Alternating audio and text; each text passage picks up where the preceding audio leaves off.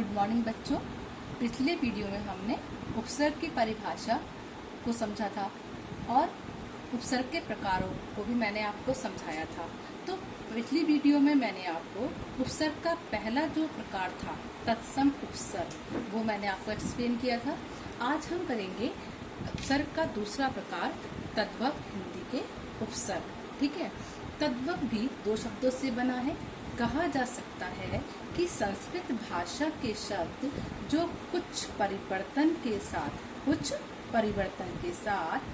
हिंदी शब्दावली में आ गए हैं, तद्भव शब्द कहलाते हैं।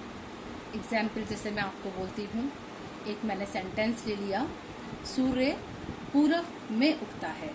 ठीक, अब प्रश्न बना कि सूर्य पूरब में उगता है। प्रश्न है कि तत्सम शब्द रेखांकित कीजिए।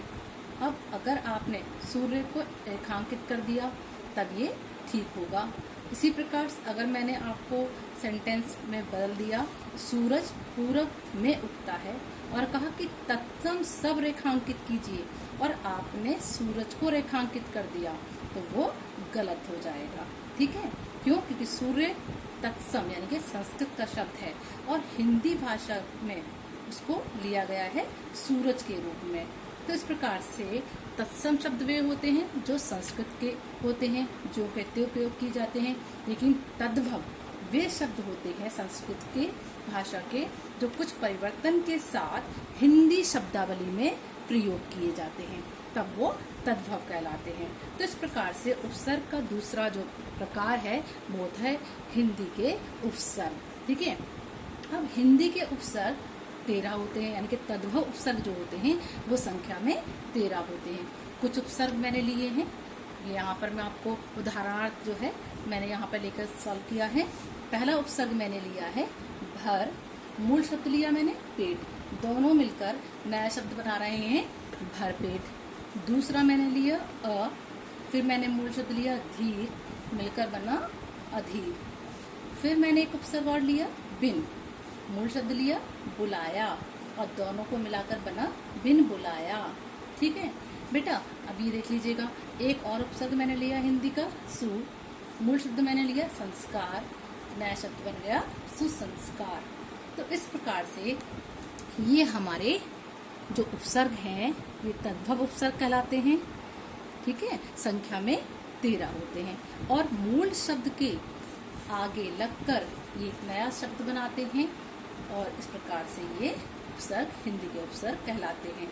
अब हमारा तीसरा भाग आता है, वो होता है हमारा आगत उपसर्ग। आगत का मतलब होता है आए हुए। ठीक है, कहाँ से आए हुए?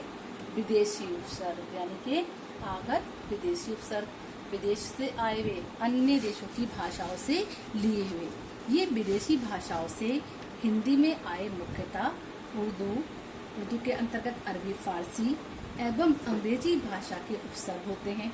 यानी कि कुछ उपसर्ग ऐसे होते हैं जो विदेशी भाषाओं के शब्दों से लिए गए होते हैं। ठीक है, एक बात और मैं आपको बता दूं कि अंग्रेजी के जो उपसर्ग होते हैं वो उपसर्ग में जैसे मैंने आपको बताया था कि उपसर्ग एक शब्दांश होते हैं, शब्द नहीं होते हैं, लेकिन अंग्रेजी के उपसर्ग अपने आप में शब्द रूप में आते हैं। ठीक है, और मूल शब्द के साथ जुड़ जाते हैं और एक नया शब्द बना देते हैं। तो आगत उपसर्ग के अंतर्गत नंबर 1 देखते हैं हम उर्दू के अंतर्गत अरबी, फारसी भी आते हैं कि उपसर्ग। ये मैंने कुछ एग्जाम्पल के लिए लिए हैं, जैसे कि हम उपसर्ग है हमारा। फिर मैंने यहाँ पे मूल शब्द लिया है शक्ल, दोनों मिलकर बन गए हम शक्ल। ला, इसके साथ मैंने मूल शब्द लिया परवाह, दोनों मिलकर बने लापरवाह। ठीक है, तो ये जो हमारे हम, ला, बेचैन, एक शब्द हम बोलते हैं बेचैन, है ना, हम बोलते हैं कमजोर, तो ये हमारे अरबी, फारसी, उर्दू के अंतर्गत आने वाले उपसर्ग होते हैं। ठीक है, लापरवाह हमारा हो गया। तो इस प्रकार के शब्द, और जिन उपसर्गों की में शब्दों के अंतर्गत नुक्ता लगा होता है वो भी हमारी पहचान बन जाते हैं कि उर्दू के अंतर्गत अरबी, फारसी के उपसर्ग है ये। तो इस प्रकार से ये हमारे हो गए अरबी, फारसी के। अब बच्चों हम आते हैं अंग्रेजी के उपसर्ग में। अंग्रेजी के जो उपसर्ग होते हैं वो बहुत कम होते हैं, है ना। जैसे कि मैंने यहाँ पर लिया है सब उपसर्ग, प्लस इंस्पेक्टर मिलकर बन गया नया शब्द सब इंस्पेक्टर। ठीक है, एक और मैंने यहाँ पे लिया वाइज, है ना, देखो पढ़ने से पता लग रहा है कि ये अंग्रेजी का ही होगा। ठीक है, और प्रिंसिपल शब्द भी जो है मूल शब्द है, लेकिन ये अंग्रेजी भाषा से लिया गया है। तो दोनों ही ये जो है उपसर्ग अंग्रेजी भाषा से लिया गया है, मूल शब्द भी अंग्रेजी भाषा का है, और दोनों मिलकर बना रहे हैं वाइस प्रिंसिपल। इसके अलावा भी बहुत सारे ऐसे अंग्रेजी के उपसर्ग होते हैं और अंग्रेजी के शब्द होते हैं जो मिलकर एक नया शब्द बनाते हैं। जैसे आप एक शब्द बोलते हैं हाफ पैंट, हाफ शर्ट, बोलते नहीं बोलते? तो देखिएगा हाफ जो शब्द है हमारा वो अंग्रेजी का उपसर्ग है, शर्ट अंग्रेजी का मूल शब्द है, दोनों मिलके बन जाते हैं हाफ शर्ट। ठीक है, इसी प्रकार से हाफ पैंट, हाफ अंग्रेजी का उपसर्ग, पैंट अंग्रेजी का मूल शब्द, और फिर दोनों मिलके बनते हैं हाफ पैंट। ठीक, नया शब्द बन जाता है। तो इस प्रकार से आपने समझ लिया होगा कि उपसर्ग 3 प्रकार के होते हैं। पहले तत्सम उपसर्ग यानी कि संस्कृत के उपसर्ग, दूसरे तद्भव उपसर्ग यानी कि हिंदी के उपसर्ग, और तीसरे आपके आगत उपसर्ग यानी कि विदेशी भाषाओं से लिए गए उपसर्ग। और इनका प्रयोग कैसे करते हैं ये आपने समझ लिया। उपसर्ग सदैव आगे लगते हैं, मूल शब्द बाद में आते हैं, और दोनों मिलकर एक नया शब्द बना देते हैं। तो इस प्रकार से बच्चों आपने जो है उपसर्ग के प्रकारों को भी अच्छी तरह समझ लिया। अब आपको एक्सरसाइज दी जाएगी PDF के माध्यम से।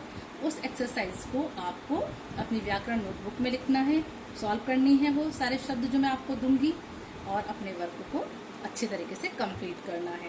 ओके।